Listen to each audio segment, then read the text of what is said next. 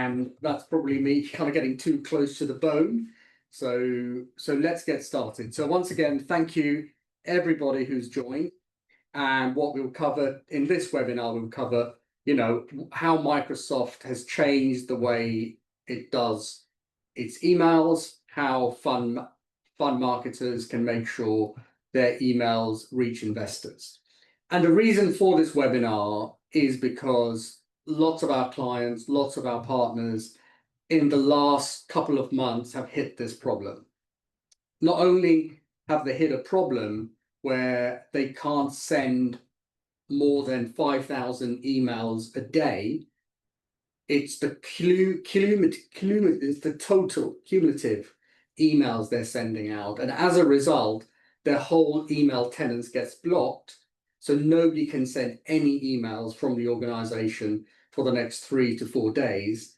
And because you're dealing with the juggernaut that is Microsoft, unless you're at a platinum level of support, you are just sending an email into a support desk and you are 21,000th in the queue.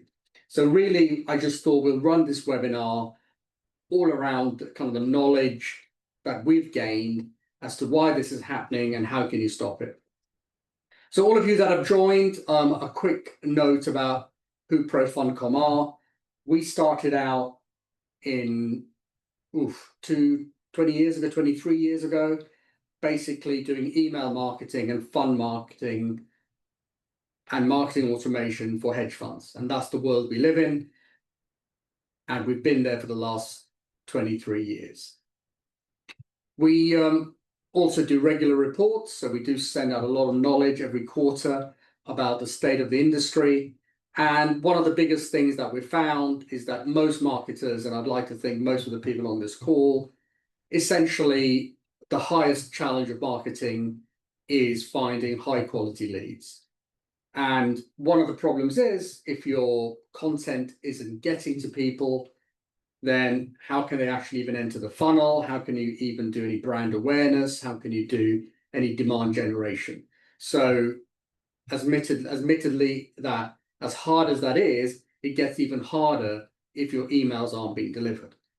So this whole Microsoft element is incredibly pertinent, especially if they're stopping emails getting through. Now, the question that has to be asked is, why has Microsoft done this? Well, interestingly, Google have done exactly the same. Yahoo have done exactly the same.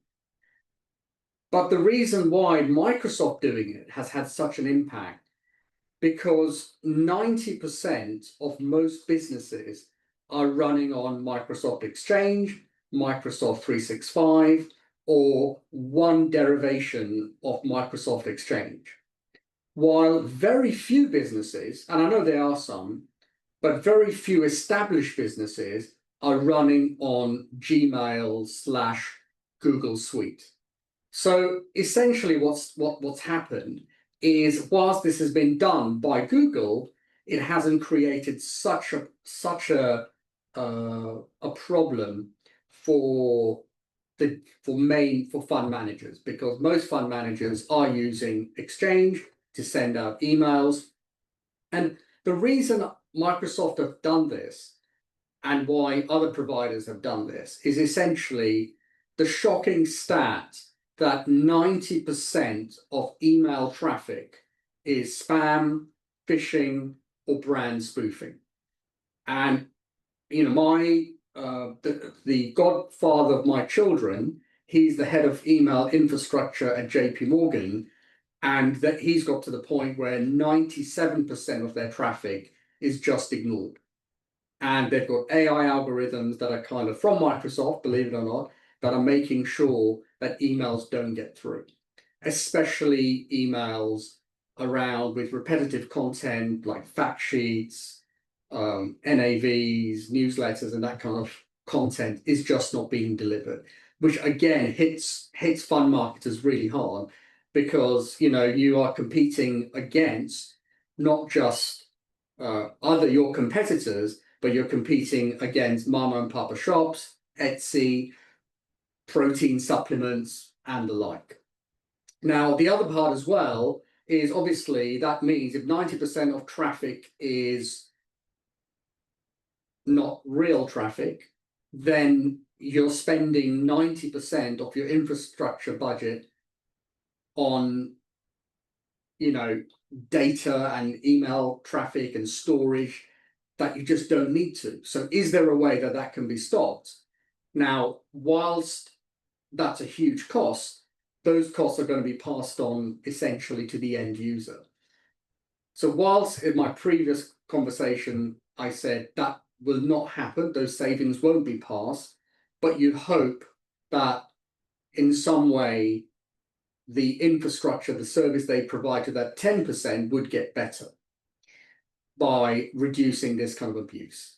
The other part that Microsoft have done, this change to how they are delivering emails, is yes, to clean up the ecosystem, but it's to force people to standardize around SPF, DKIM, and DMARC, which is the gold standard for delivering emails. And essentially, Microsoft and Exchange and Microsoft 365 do not want to be in the bulk email business because the margins are, and we know this, is razor thin. They want to be in the business of sending people one-to-one emails. They don't want to be in the business of being a transport for people to send out one email that goes out to 5,000 to 10,000 people, because the cost of doing that is huge as opposed to sending out one-to-one emails. And what are they doing? What is Microsoft doing on the ground to make everybody's life difficult?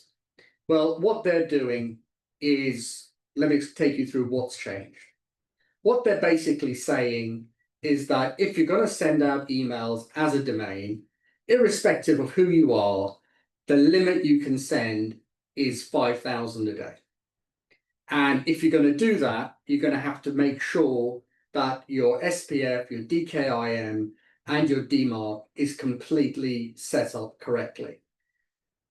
If your emails are not compliant with this, they will basically be sent to junk, or worst case, those emails would silently just bounce. So you won't even know those emails have been delivered.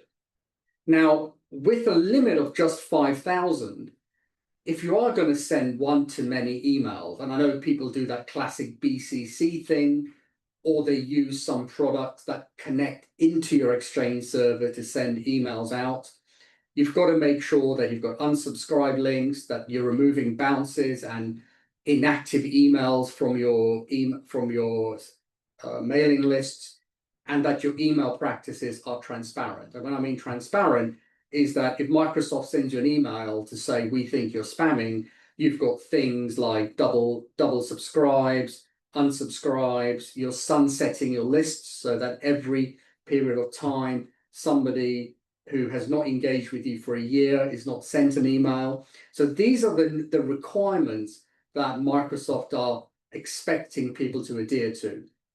Now, the question is, okay, where do I find this? Well, a bit like Google SEO, search engine optimization, a lot of this is kind of hidden from the public domain. And the only reason we've been able to do this is by actually talking to Microsoft and kind of delisting people who have come across this 5,000 emails a day restriction. Now, 5,000 emails a day as a small manager is not a huge number. But as you kind of become a bigger manager, sending out more emails with bigger teams, you will suddenly hit this. And without knowing it, if you're about to send out a big email, whether it's a webinar, whether it's an invitation to a event, whether it's a meet the manager, anything like that, it'll send those emails and Microsoft will just block you. There is no email, there's no phone call, there's nothing. And we've seen this happen to a number of our clients. We've seen this happen to a number of people we know who are using competitor products, and we've kind of guided people through how to stop this happening. So These are the new authentication requirements and hygiene requirements that Microsoft now are kind of demanding that people follow, especially, sending fund marketing information. This has to be something you are very much aware of. The second part of this is it's not just, it's rolling 24 hours, and the timeline is April this year, and for large organizations it was May this year. They seem to have extended this out. However, the 5,000 limit does not apply if you are what's called an HVE, or a high volume sender. And that now has become a specialist service that Microsoft are offering. So there is a reason behind it, and it's a bit like what I said earlier on, is how can you provide a bad service and make more money? Well, this is how they're planning to do it. They're introducing a service called HVE. Now, what HVE is doing is that in itself can only be used within your own organization. So it's not a case that suddenly you buy the HVE element and you're scot-free and you can continue to send bulk emails through whichever tool you're using. It's basically saying you can still send more emails, but they have to be to your domain or domains that are paired on your Exchange server, or as they like to call it, your internal tenant. So that's a bit of a false promise. And what they are doing as well is they're also saying that they're going to stop using what most products use, which is SMTP authentication, and you're going to have to use what's called Auth0 or O0, whatever the flavor is, which is another way of sending emails, even if you are using high volume email service. So essentially, if you're a bigger organization, they are essentially giving you an upgrade path for you to send more emails to your own staff, right? How mad is that? But that's the route they've chosen. And going back to the original slide, the reason behind that is Microsoft does not want to become a bulk email sender. And all those challenges, it's pushing onto suppliers like ourselves who know the science behind bulk email delivery. But I'll come to that in a minute. Now, the reason this is important is because, unbeknown to a lot of people we've been talking to, they think they're using a third-party provider to send their emails out, so they won't get caught in this bulk trap.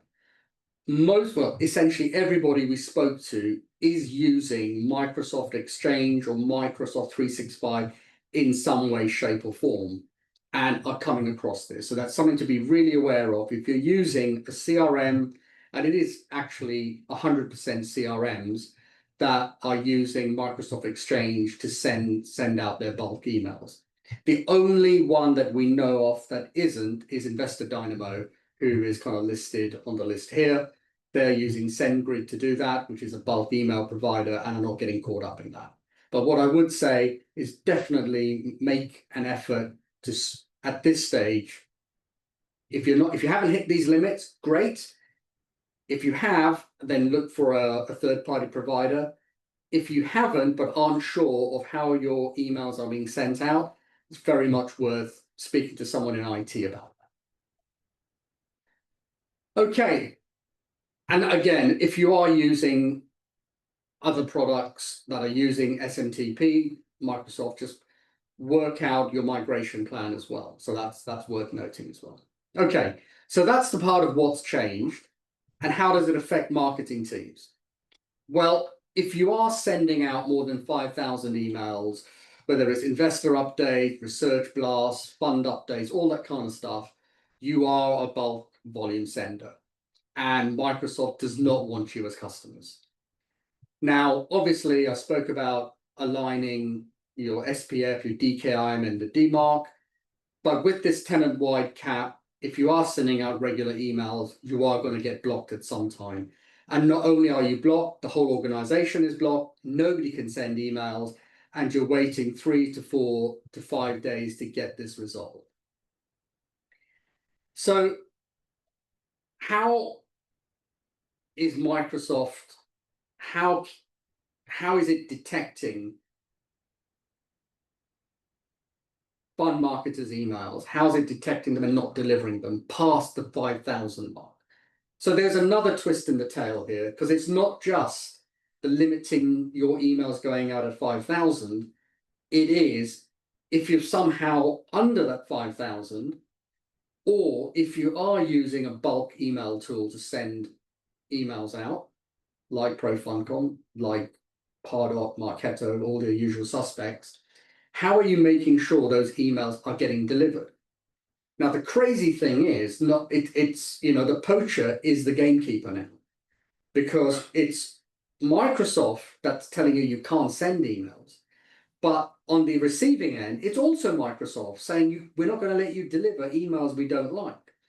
And obviously, they are pushing AI in their firewalls incredibly hard.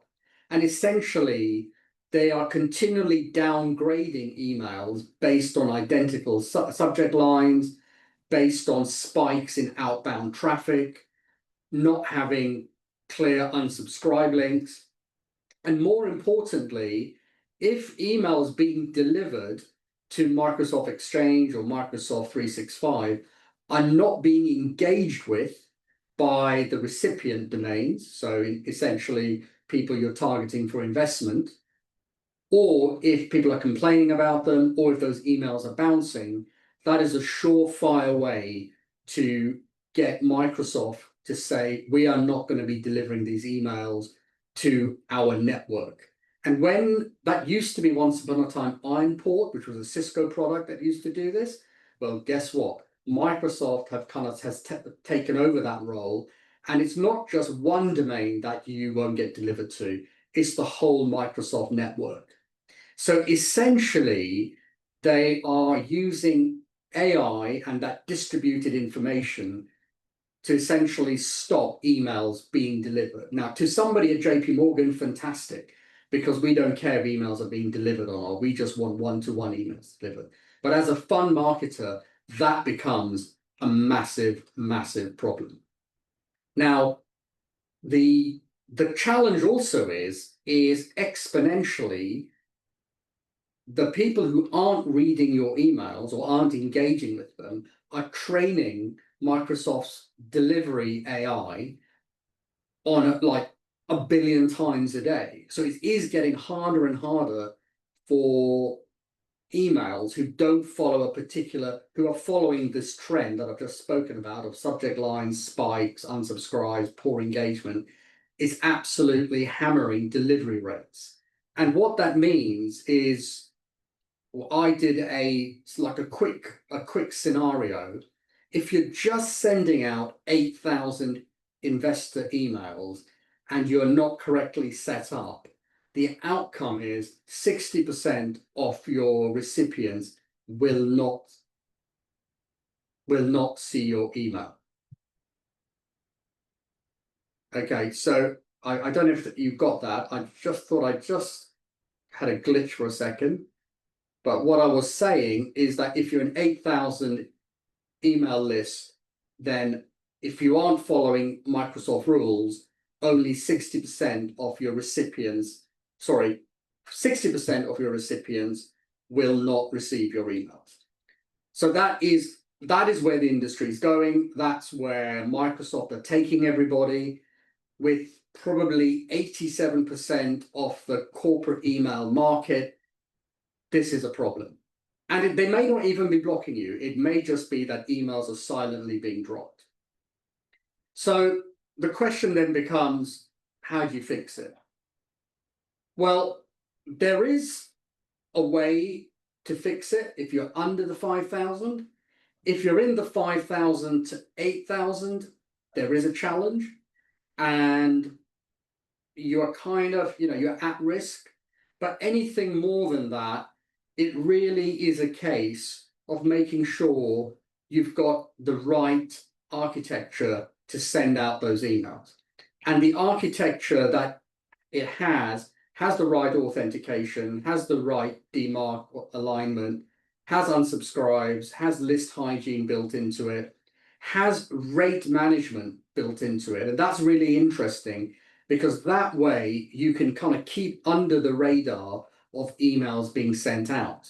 So instead of sending out, 100,000 emails in the space of 10 seconds, is being able to trickle emails out in a way that is not triggering or alerting the AI on Microsoft or any other product to say these people are screaming information out.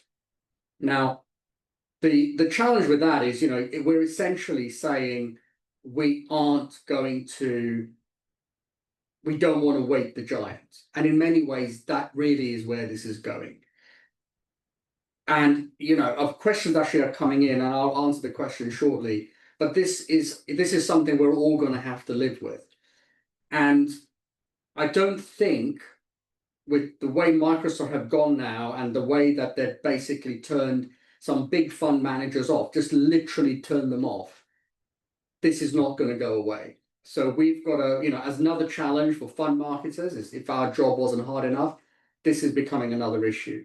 And if you are using third-party products to do your bulk emails, so whether it's Pardot, Marketo, Marketing Cloud, ProFundCom, StoneShot, the whole bunch of us that are out there, is making sure those products have rate management built into it and that it's fine-tuning how emails are getting sent out. Now, we at ProFundCom have a bit of AI that does this, that kind of works out when is the right time to send emails to a particular domain. Criticism of that clearly is that it's not, instead of being sent in 10 seconds, it's sent over a period of time. So then you've got to work out, okay, when I'm sending emails out, how many are time critical, how many are geographically critical, how much are fund specific, and how much absolutely have to be there within a period of time. And then you've got to split out your mailing list to do that as well. So there is, what email marketing used to be, I'm just going to buy MailChimp, stick it in, send it out, which what used to be the world, when I started out of this, it's definitely changed. Has it changed for the best? Has it changed for the worse? It depends what side of the fence you are, but I think we're definitely caught up where Microsoft especially is the poacher and the gamekeeper, and we've just got to find a way that we can all send our investor communications out that way. So I've got a few questions that have come in. So I hope that's helped. So I've got a few questions come in. Let me just quickly answer these. Will I share the deck after the call? Absolutely, no problem. I wonder how many companies are able to monitor so Christian Jensen sent this question. Do companies monitor emails going out? Absolutely not. And until you get caught up in this, you won't know. The worst part is if you get hacked and people are using your domain to send out emails, you'll find out very, very quickly.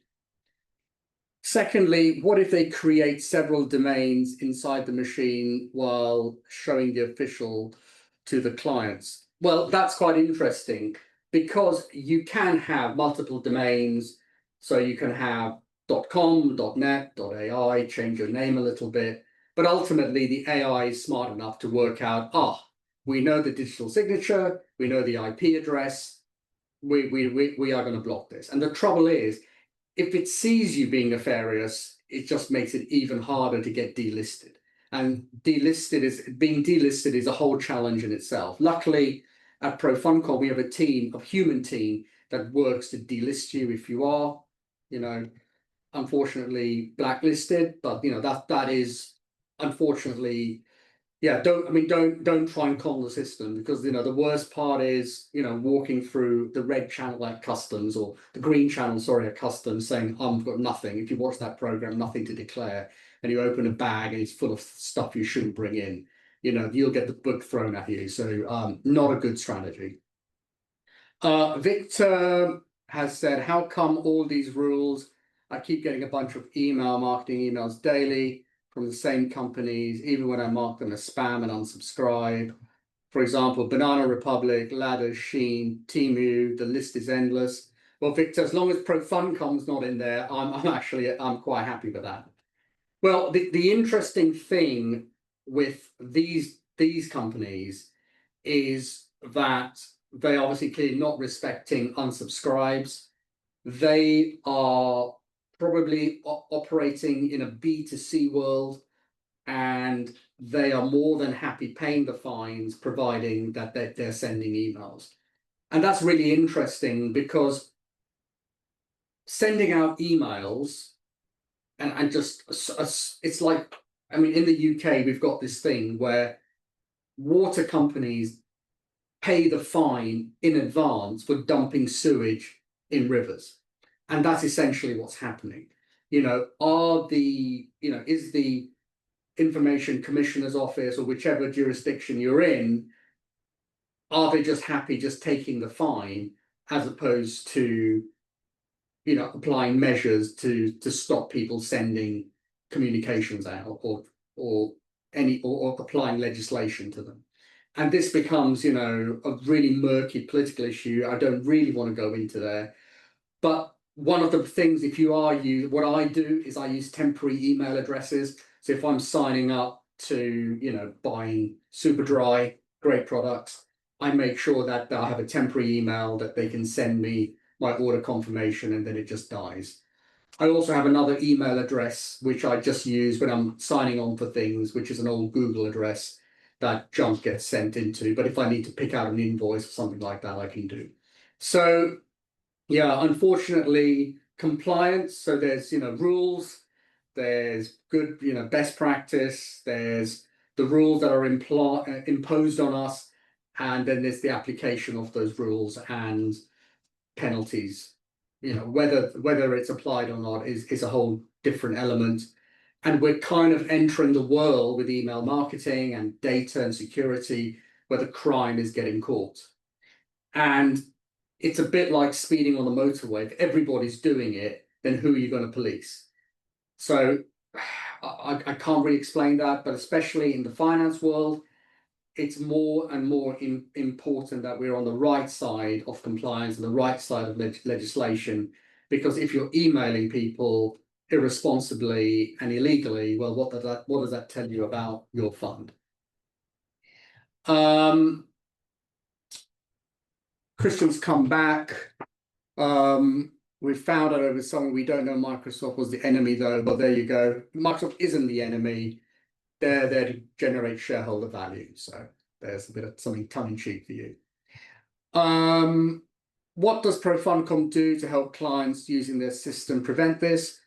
Well, ultimately, what we do is we've just got a whole process that makes sure the emails you sent out aren't sent via Exchange, but once they're delivered, they weirdly appear as one-to-one emails. And we do that with Microsoft's blessings. And if you want to arrange, ping me an email or just go on our website, we can do a demo for you and show you how that's done.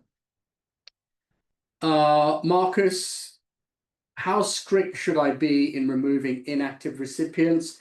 Marcus, you've got to be brutally honest. And it's something, if you go on our website, it's called, and just do a search on Sunset, it's called sunsetting email addresses. It's basically people who have not engaged with you for a year. Mate, as they say, as I said when I was at university, she's not into you, so I'd let it go.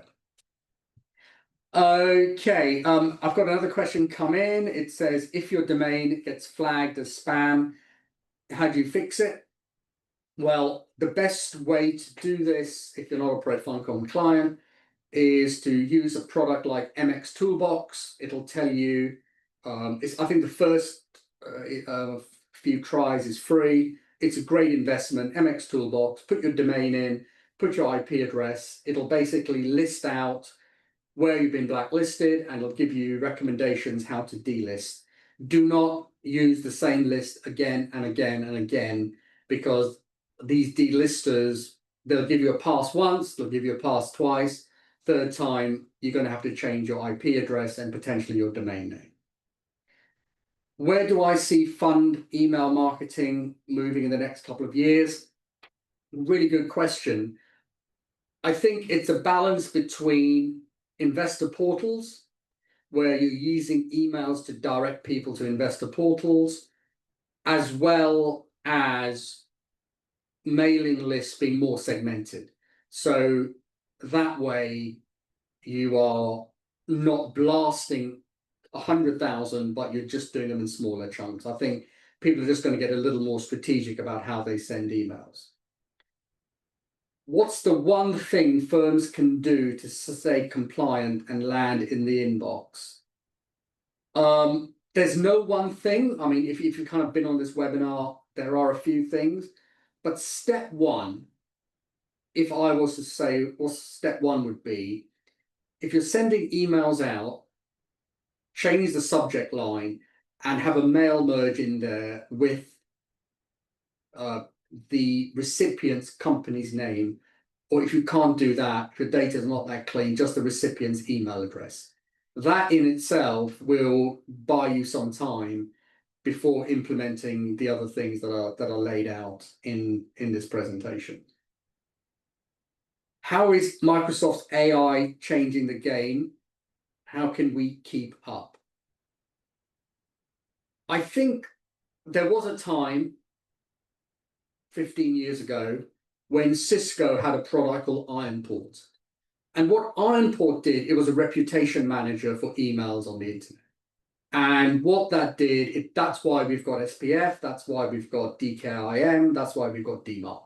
It's because IronPort said, if you've got these three things, we will assume your emails are digitally signed, have got permission to be delivered. And that kind of set the standard.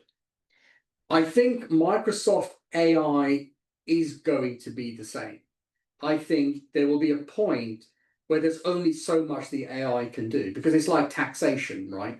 Is that you can't tax people 100% because then no one will pay tax. And you can't get to a point where no emails are being delivered, because then what's the point?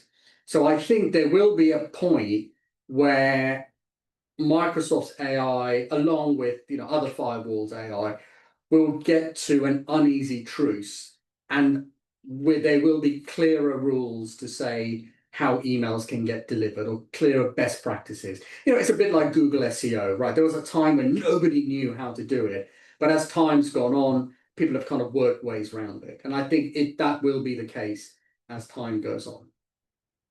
Right, I'm just checking if there are any other questions. So thank you for that question. I've got a question from Claire.